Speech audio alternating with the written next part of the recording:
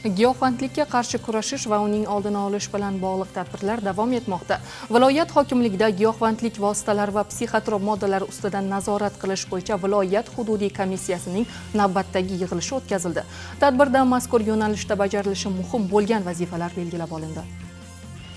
Yig'ilish avvalida giyohvandlik vositalari va psixotrop moddalar muomalasi bilan bog'liq jinoyatlarning sodir etilish sabablari, oqibatlari, shuningdek mazkur illatga qarshi kurashish borasidagi muhim vazifalar haqida ma'lumotlar berildi. Shu bilan birga giyohvandlikka qarshi kurashish yuzasidan qabul qilingan normativ-huquqiy hujjatlarning mazmun mohiyati xususida to'xtalib o'tildi. Jumladan, Prezidentimiz tomonidan 2024-yil 6-may kuni imzolangan giyohvandlik vositalari va psixotrop moddalarning noqonuniy aylanmasiga chek qo'yish orqali ularning aholi salomatligi va mamlakat genofondiga salbiy ta'sirini bartaraf etish strategik chora-tadbirlari to'g'risidagi farmoni mazmun mohiyati haqida batafsil so'z yuritildi. Shuningdek, farmonga ko'ra giyohvandlik va narko jinoyatlarga qarshi kurashish bo'yicha 2024-2028 yillarga mo'ljallangan milliy strategiya qabul qilingani alohida qayd etildi. Yig'ilishda aholi, ayniqsa o'quvchi va talabalar orasida kuchli ta'sir qiluvchi dorilarni iste'mol qilishga murosasiz munosabatni shakllantirish, ta'lim muassasalarida ushbu illatning oldini olishga qaratilgan yangi ta'sirchan targ'ibot, tashviqot va tarbiyaviy profilaktik mexanizmlarni joriy etish zarurligi ta'kidlandi.